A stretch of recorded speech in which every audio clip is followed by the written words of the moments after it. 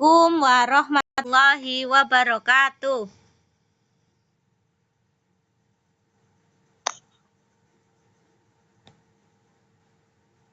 Nggak ada yang jawab salam. Assalamualaikum warahmatullahi wabarakatuh.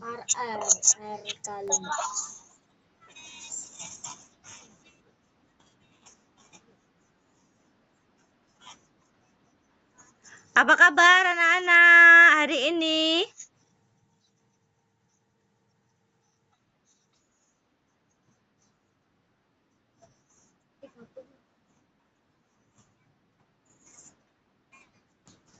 Alhamdulillah hari ini senang sekali anak-anak kelas 4 semangat semua. Sudah banyak yang masuk ya. Ini hampir berapa ya? Sudah ada 10 ya, hampir semua masuk. Untuk kelas 4 Putri paling hebat nih, paling banyak yang masuk. Baik, hari ini kita belajar geografi yang sudah ambil modulnya, silakan dibuka halaman pertama. Ya, yang sudah punya modul silakan dibuka halaman pertama ya. Boleh modulnya. Modul yang pertama ya. Tentang corak kehidupan masyarakat yang berlandaskan akidah Islam. Nah, kalau pada semester lalu kita sudah belajar tentang apa itu masyarakat ya. Ada yang ingat masyarakat itu apa? Coba siapa yang ingat boleh dibuka. Yang ingat masyarakat itu apa? Masyarakat adalah, masih ada yang ingat? Coba masyarakat itu apa? Itu semester lalu ya, akhir kita sudah belajar tentang pengertian masyarakat. Ada yang ingat? Mbak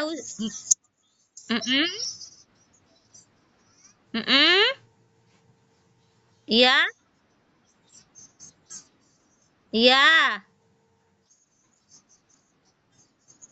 Pinter. Siapa ini yang jawab? Oh ada, sip ya betul, ya masih ingat ya itu masyarakat adalah sekumpulan individu, jadi individu yang berkumpul di satu tempat gitu ya. Kalau sekarang itu masyarakat kita misalnya ada masyarakat di pedukuhan, di RT gitu ya, desa, kecamatan, kabupaten, provinsi, kemudian kita disatukan dalam satu masyarakat besar yang disebut dengan masyarakat dalam satu negara. Nah, mereka itu yang tinggal secara bersama-sama itu akhirnya harus mempunyai pemikiran dan perasaan yang sama. Kenapa mereka punya pemikiran dan perasaan yang sama? Karena mereka diatur dengan aturan yang sama. Jadi, yang menyatukan mereka dari sisi pemikiran dan perasaan mereka adalah apa? Aturan. Aturan itu siapa yang menerapkan? Siapa yang menerapkan aturan di tengah-tengah masyarakat? Ada yang tahu? Siapa? Negara. Jadi yang menerapkan aturan itu adalah negara. Di buku itu loh, di buku ini loh, di dalam buku ini. Tadi kamu nulis di sini, Tony. Jadi yang menerapkan aturan adalah negara. Nah, untuk membangun sebuah masyarakat gitu ya, membangun sebuah masyarakat ya harusnya terpenuhi semua komponennya tadi ya. Ada pemikiran, perasaan, dan aturan yang sama yang mereka masyarakat tadi individu yang berkumpul. Tetapi saat ini kira-kira masyarakat Indonesia itu sudah menjadi masyarakat yang Islami belum? Saya mau jawab? Mbak Almira, masyarakat Indonesia sudah menjadi masyarakat yang Islam apa belum? Hah? Belum. Kenapa? Mbak Hansa belum. Mbak Almira juga sama Mbak Alfa belum. Siapa yang bilang sudah? Belum. Oke. Kenapa? Belum kenapa? Ada yang tahu kenapa kok dikatakan belum menjadi masyarakat yang Islami? Kenapa? Belum menjadi masyarakat Islam gitu ya, bukan Islami deh, yang masyarakat Islam gitu. Kalau Islam itu hanya ciri-cirinya aja. Kenapa?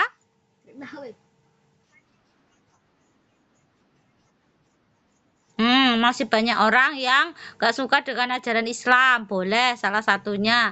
Kemudian yang terpenting itu karena masyarakat itu tadi pemikiran dan perasaannya itu dipengaruhi oleh aturan, yang paling penting yang menjadi tolak ukur tahu ya, yang menjadi apa ya, ciri yang paling menonjol sebuah masyarakat itu disebut masyarakat Islam dan tidak masyarakat Islam, itu adalah penerapan aturannya yang diterapkan oleh negara. Nah, kalau Indonesia itu kan aturannya sudah pakai aturan Islam belum? Sudah belum ya? Belum ya? Kita masih pakai aturan apa? Kenapa Mbak Lemira? Kita masih pakai aturan kapitalis, campur aduk ya. Ada kapitalis, ada ya dibentuk dalam katanya Pancasila gitu ya.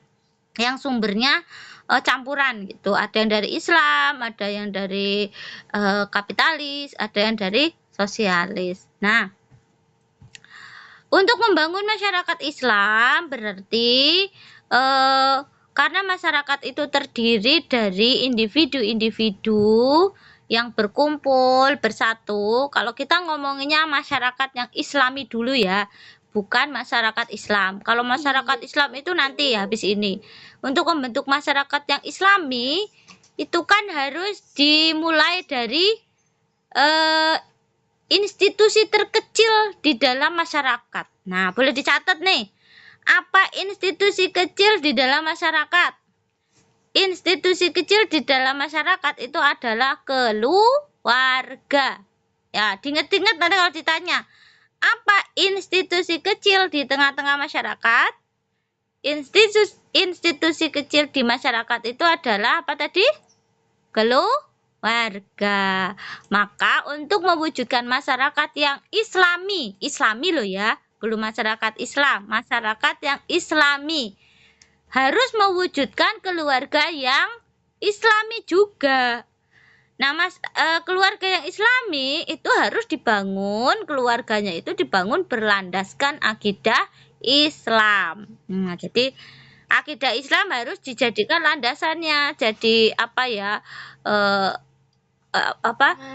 Dalam membangun keluarga itu berlandaskan akidah Islam. Misalnya ketika mau membangun rumah tangga, ya namanya keluarga itu kan terdiri dari seorang laki-laki dan perempuan menikah gitu ya. Seorang laki-laki dan perempuan menikah dalam ikatan yang resmi yang dicatat oleh negara. Kemudian mereka disebut sebagai keluarga yang darinya kemudian melahirkan anak-anak ya. Nah, begitu kan terbentuknya keluarga kan seperti itu ya. Nah, biar terbentuk keluarga yang Islami, maka dari mulai mau menikah itu harus landasannya Islami. Misalnya caranya kalau mau nikah itu dengan cara yang Islami, tidak melanggar syariat Islam. Bagaimana setelah punya anak ya, dari mulai mempersiapkan punya anak, terus anak-anaknya itu dididik dengan ajaran Islam. Diajarkan yang pertama itu akidah Islamnya, sehingga mereka melaksanakan Islam di tengah-tengah keluarga. Nah, ini masyarakat membentuklah sebuah keluarga yang Islami. Nah, begitu caranya kalau kita mau membentuk keluarga yang Islami, berarti orang tuanya, bapak ibunya harus bapak ibu yang menjalankan Islam dengan landasan akidah Islam. Ketika mendidik anak-anaknya dengan Islam gitu ya. Kalau di dalam surat Luqman itu ya Allah memberikan tuntunan bagaimana orang tua caranya untuk mendidik anak-anaknya gitu ya. La tusyrik billah, yang pertama diajarkan kepada anak-anak, janganlah kalian mempersekutukan Allah gitu ya. Jadi keluarga yang Islami itu orang tuanya harus mengajarkan akidah Islam sejak dini kepada putra-putrinya.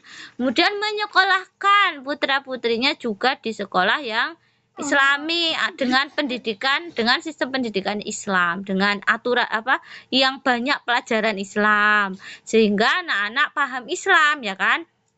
Karena biasanya keluarga juga butuh ilmu yang lain ya, yang mungkin tidak bisa dikuasai oleh bapak ibunya untuk mengajarkan kepada anak-anaknya. Misalnya ya nggak bisa bahasa Arab gitu ya, jadi harus belajar di sekolah. Jadi ketika masih kecil gitu ya, ada anak itu yang harus diajarkan yang utama oleh orang tua adalah menguatkan akidah Islamnya, sehingga nanti ketika dewasa dia punya pondasi gitu. Selain juga belajar tentang syariat Islam, dibiasakan dari kecil ya. Mungkin orang tua anak-anak semua ya mulai mengajarkan kepada anak-anak untuk apa?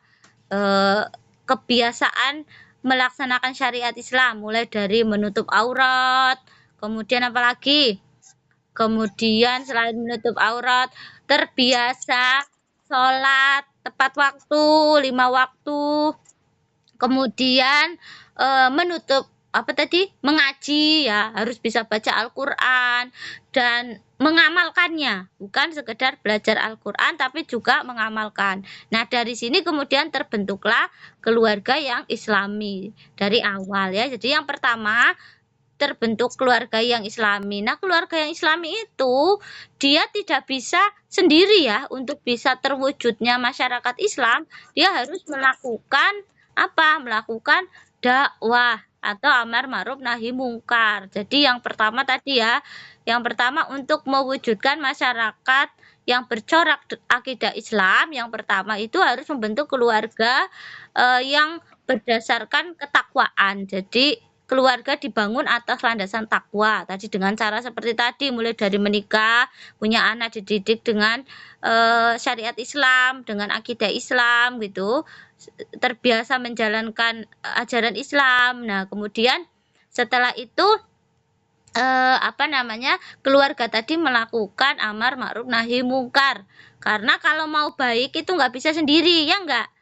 Anak-anak misalnya pengen baik loh di rumah. Tapi kalau teman-teman di luar misalnya main keluar nggak baik teman-temannya, bisa terpengaruh nggak? Bisa terpengaruh nggak? Nih Mbak Zana, terpengaruh ya. No, kadang-kadang tuh anak-anak muda terpengaruh tuh kalau apa namanya misalnya nih ya, misalnya sering main, habis pulang main bawa sesuatu yang tidak baik, bawa yang jelek-jelek, entah perkataan bohong, entah nyanyian-nyanyian nggak tahu apa gitu ya. Nah, itu pengaruh lingkungan itu sangat besar bagi keluarga.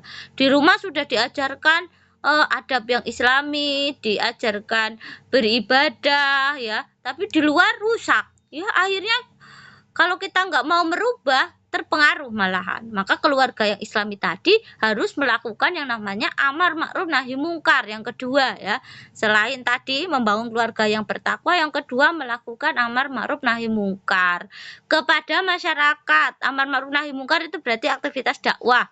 Jadi keluarganya itu bapaknya, ibunya, dan semua anak-anaknya diajarkan, ayo jangan cuma mau baik sendiri. Kita tuh nggak boleh ya cukup baik sendiri ya. Karena kata Rasulullah, kalau kita melihat kemungkaran, apa yang harus kita lakukan? Man ra'a minkum mungkaron falyughayyiru biyadihi gitu ya. Kalau kalian itu melihat kemungkaran, maka rubahlah dengan apa? Dengan tanganmu, dengan kekuasaan kalau punya. Fa'ilam yastati babi tadi biadihi fa'ilam yastati babi lisanihi, kalau kamu tidak pakai tangan gitu, nggak bisa pakai lisan ngomong gitu ya, pakai mengajak. Fa'ilam yastati babi qalbi, kalau kalian itu nggak bisa pakai ngomong gitu, nggak berani ngomong, paling nggak kalian benci.